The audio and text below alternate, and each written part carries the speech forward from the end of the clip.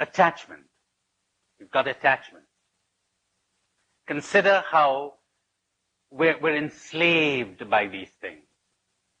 And we're striving to rearrange the world so that I can keep my attachment. Because the world is a constant threat to my attachment. Everything keeps changing. So does this thing. It's all changing.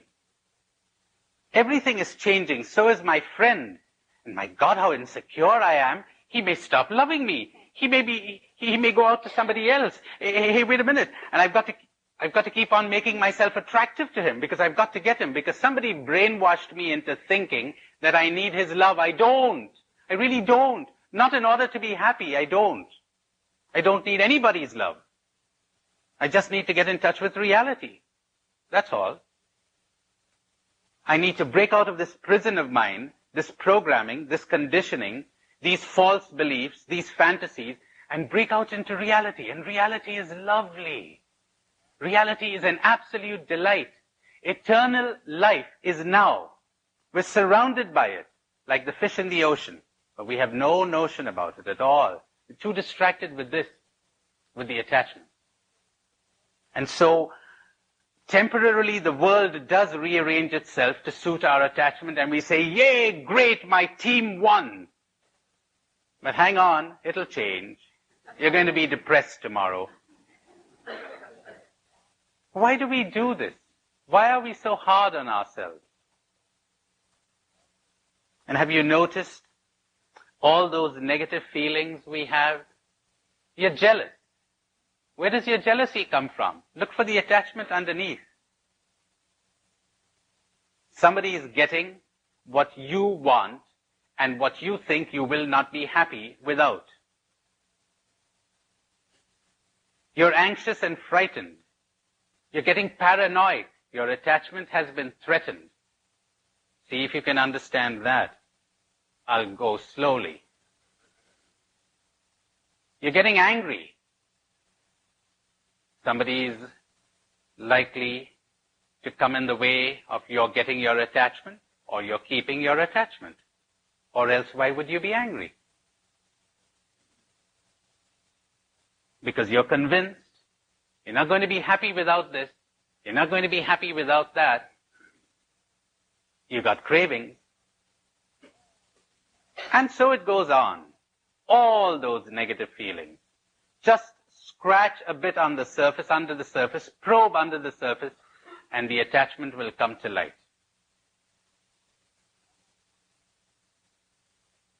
How about a little exercise? A couple of minutes. And it is this. Think of something or someone you are attached to. In other words, think of something or someone without which or without whom you think you are not going to be happy. Could be your job, your career, your profession, your friend, your money, or whatever.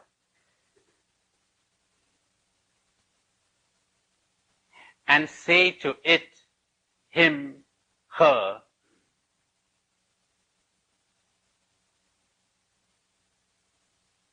I really do not need you to be happy. I'm only deluding myself into the belief that without you, I will not be happy.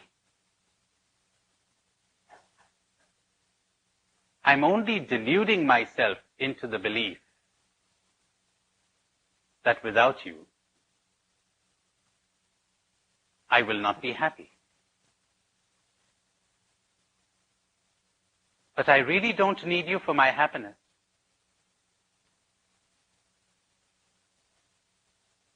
I can be happy without you. You are not my happiness. You are not my joy. Boy, if it's a he or a her, he's not going to be too happy to hear that, you know. But go ahead, you could say it within the secrecy of your heart. Because you're making contact with the truth. You're smashing through a fantasy. Happiness is a state of non-illusion. Drop the illusion. Or you could try another exercise, if you'd rather do that. Think of a time you were heartbroken. You thought you'd never be happy again.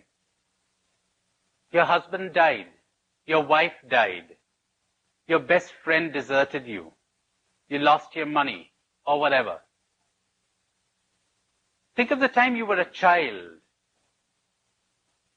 and you didn't get what you want, or you lost what you had, and you said, I'll never be happy again. What happened? Time went on, and if you managed to pick up another attachment, if you managed to find somebody else you were attracted to, or something else that you were attracted to, what happened to the old attachment? You didn't really need it, did you, to be happy? That should have taught us, but we never learn. We're programmed, we're conditioned.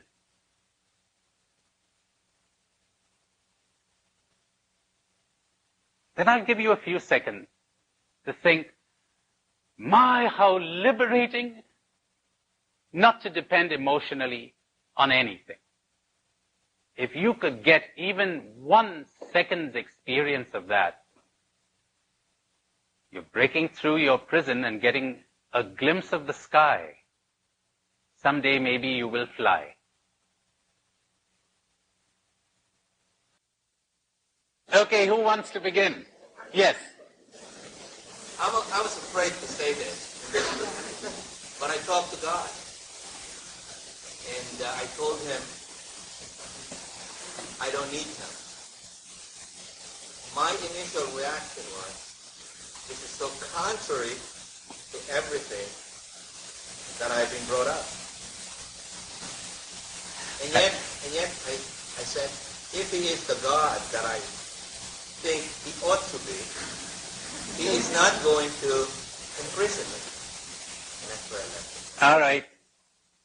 If you think that unless you get God, you're not going to be happy,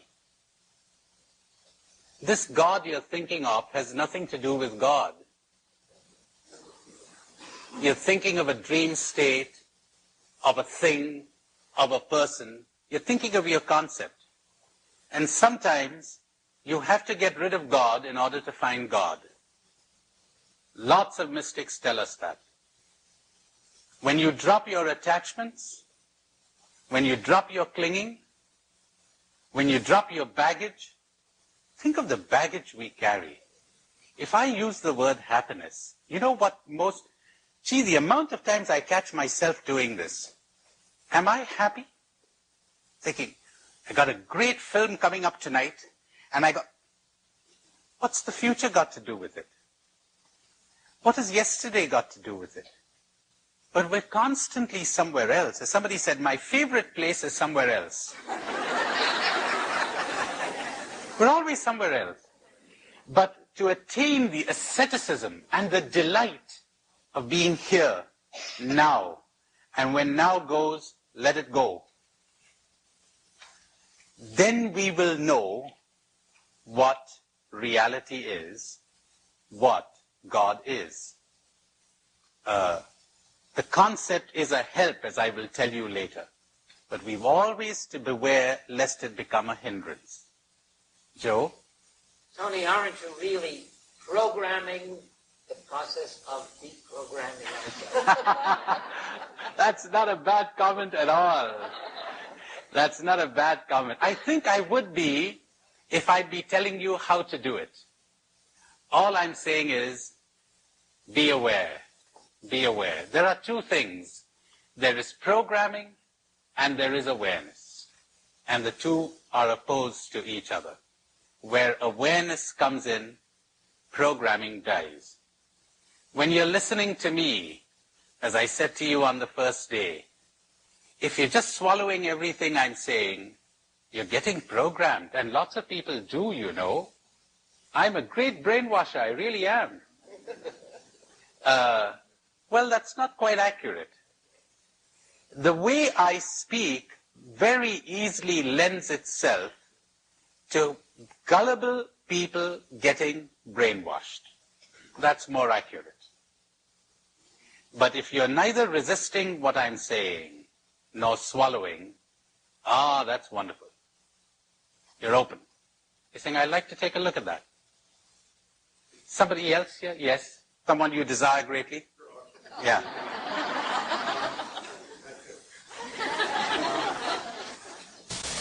She had not, I mean, there was a degree in my head of telling me to stop it. And the only way to get past it is the role playing. And is the role playing a help? Yes, oh yes, yes. You begin by doing it in fantasy and role playing. Yes. Yes, you'd better prepare your wife before you tell her this truth. Yes, I know. Isn't it amazing, though, that we have been so blinded by everything that we did not discover this basic truth? I remember how frightened I was to say this to an intimate friend of mine when I sensed it was true. I really don't need you. Period. For anything. I don't need you. I can be perfectly happy without you. Result, I enjoy your company thoroughly. There's no more anxiety, no more jealousy, no more possessiveness, no clinging. It is a delight to be with you. I'm enjoying you on a non-clinging basis. You're free. So am I. But this is like talking a foreign language to drug addicts. We've been drugged. We really have been. Took me many, many months to truly understand this. And mind you, I'm a Jesuit, brought up in the tradition of St. Ignatius, whose spiritual exercises are really all about this. And I'd missed the point. Because my culture and my society, not my religious society, but the society in India in general, society, had, you take it for granted. Jesus had friends. Wait a minute. What are we talking about? Because you know something? The moment you desire somebody in this way, namely, without you, I will not be happy, you cease to see that person. You're no longer objective. You're clinging. We begin to view people in terms of our attachment. If you're attached to appreciation, I'm quite amused sometimes to see even seemingly objective people like therapists and spiritual directors, etc., say, great guy. I really like him. And I find out later it's because he likes me that I like him. And anybody who attacks me, I don't like. Hey, so when someone's for you, he's okay. And when someone's against you, he's not okay. Then I look into myself and I find the same thing coming up every now and then. If you're attached to appreciation and praise, you're going to view people in terms of their threat to your attachment or their fostering your attachment. If you're a politician and you want to be voted in, how do you think you're going to look at people? How will your interest in people be guided? Who's the guy who's going to get me the votes? Who's the woman who's... And so it goes on. And if what you're interested in is in sex, how do you think you're going to look at men and women? If you're attached to sex. And if you're attached to power, and so on and on and on. That colors your view of human beings. An attachment destroys your capacity to love. What is love? Love is sensitivity. Love is consciousness. To give you an example, I'm sitting here listening to a symphony. If all I hear is the sound of the drums, I don't hear the symphony. What is a loving heart? A loving heart is one that is sensitive to the whole of life, to all persons, a heart that doesn't harden itself to any person or thing. But the moment you become attached, in my sense of the word, then you're blotting out many other things. You've got eyes only for the object of your attachment. You have ears only for the drum. The heart has got hardened.